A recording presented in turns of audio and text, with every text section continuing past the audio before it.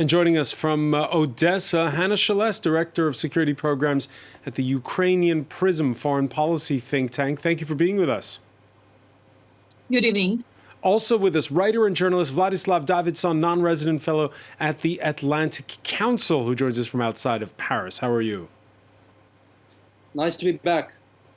Let me begin with you. Hanna Shelest, were you surprised by those remarks, which seem to hint at the possibility that Crimea could be in the mix eventually?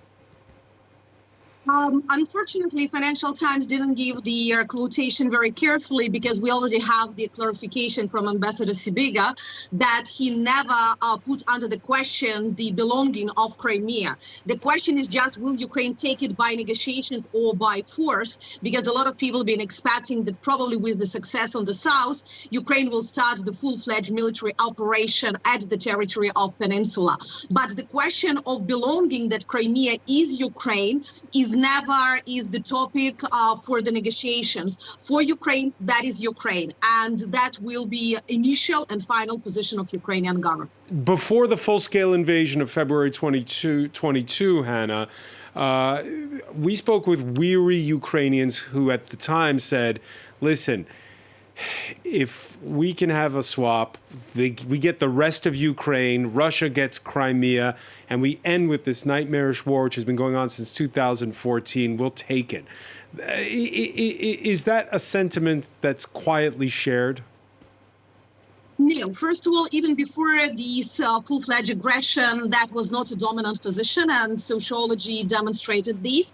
But after the Russian aggression of last year, the situation changed dramatically. Since May, you can hear more and more that it started in Crimea, it should finish in Crimea, meaning that without liberation of Crimea, Ukraine will never be able really to become independent from the Russian colonial policy. But also, you need to understand that the last year, it is the huge increase in the civil non-violent resistance movement in Crimea, something we were not experiencing the previous 9 years. Now you see more and more partisans work, more and more Ukrainian symbols appearing, more and more actions not only of the Crimean Tatars resistance, but of the Ukrainian national resistance as well, because people started to feel that if a Ukrainian armed forces, Ukrainian state was able to liberate, to de-occupy Kherson, Kharkiv, Kyiv regions, one day it can happen with Crimea as well. And also Russians started to feel themselves not so stable there. You see it from their social networks, you see it from how their military and security forces are evacuating their families and selling their real estate there. So a lot of indicators that the Russian occupiers are not feeling themselves as they are forever in Crimea. Yeah, as you said, it started with Crimea and those little green men who seized the peninsula in March of 2014. No shots fired at the time, what with Ukrainian servicemen overwhelmed. These are archive images we're showing you. And Moscow then staged a referendum that made it Russian again. Sanctions followed and a ratcheting up of the fighting in the Donbass until that full-scale invasion of last year. And if you look at the map, you can see what's been happening, and this ratcheting up of fighting. Of course, Vladislav Davidzon, facts have changed. First off, in Crimea itself, what with a huge influx of Russian servicemen and their families who've moved there. It's not the same Crimea as it was in 2014. Surely not. First of all, great to be on with my dear friend Hanna, who's like me, a fellow Odessan. Lovely to see you, Hanna. Keep flying the flag. Look, Crimea was a red line for the Putin regime, and the Ukrainians keep inching towards that red line, and the Russians don't do anything. First, they tried with drones. They blew up some stuff with drones. The Russians didn't really do anything. They blew up the big bridge. Now there's inching towards fighting in that direction, which the Russian army is obviously preparing for. We have Wall Street, the Washington Post article with the satellite photos. You can just go online and look at the actual trenches being built on the ground with the entrance to Crimea. And so you have a situation where the red line status of Crimea is no longer, kind of red. It's kind of pink, and maybe it's becoming ochre or something like that. We don't really know if the Russians will do what they threatened to do, read the quote unquote red lines. And the other thing is that it's obvious now to anyone who watches the war from a granular distance is that there's no way for the Ukrainians to win this without destroying the military capacity of the Russians to strike from the peninsula. There's just all these bases and all these military objectives there without which you cannot take control of the south of Ukraine. Okay, so here's the problem then, Vladislav. You have on the one hand the United States, and there were remarks leaked of its Secretary of State back in February worrying that for Russia, Crimea is a red line.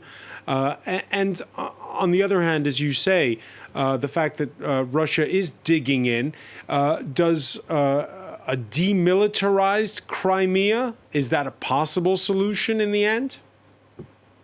First of all, neither side would, the Ukrainians would love that as a start, but the Russians would never, ever agree to that. Why would they? Unless the Ukrainians were really causing a lot of damage there. Two, the Washington, D.C. has a consensus on allowing the Ukrainians to make the decisions about how far this will go, except no one really knows in their hearts of hearts if the Washington, D.C. blob and the National Security Council will actually allow, and by allow I mean stand by, the Ukrainians actually going on a counteroffensive in Crimea. That's the one red question that you have off-the-record conversations with military analysts and D.C. people and National Security Council people. They don't actually have a real answer for you. We'll allow the Ukrainians to go with all our help and all our support and all our military assistance and intelligence and the satellite photos and the targeting information as far as they want to the Donbass and the rest of the country. But no one actually knows if the Ukrainians start going in against Crimea, if Washington, D.C. will stand with them. And I don't know either. And we're looking at a map here, and I want to bring in Hanna Shelest for one final question on this, of the front line in Ukraine. North of Crimea, of course, the fighting rages. We've talked a lot about Kherson in the last couple of days. There were reports of powerful blasts overnight in the Russian-occupied city of Melitopol. Melitopol, it's along a key transit route that runs all the way down to Crimea. What's going on over there?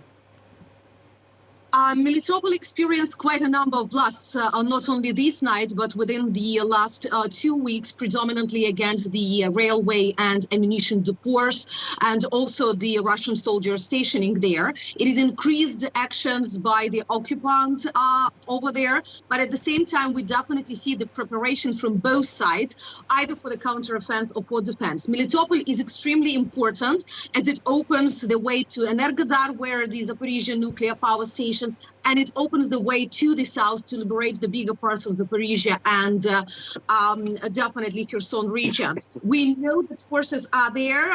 Nobody is saying the exact dates. There were so many pre-announcements, but as previously in the north and the south, that will be a surprise, first of all, for Russians when the real counteroffensive starts. When it starts, and we shall see. Do you expect it to be a matter of days, weeks? I expect it more the matter of days because we are now with the better weather, and the weather is important for the heavy equipment coming there. At the same time, we see the preparation to these in terms of targeting logistics and ammunition that Russians have there. That's important. That is the same pattern that we saw in other regions. And definitely different statements from our partners from Ukrainian side give us a hint that we are definitely expecting some big breakthrough, not in the summer, but something already in April. Hanna Shelest, many thanks for joining us from Odessa. I want to thank Vladislav Davidzon for being with us outside of Paris.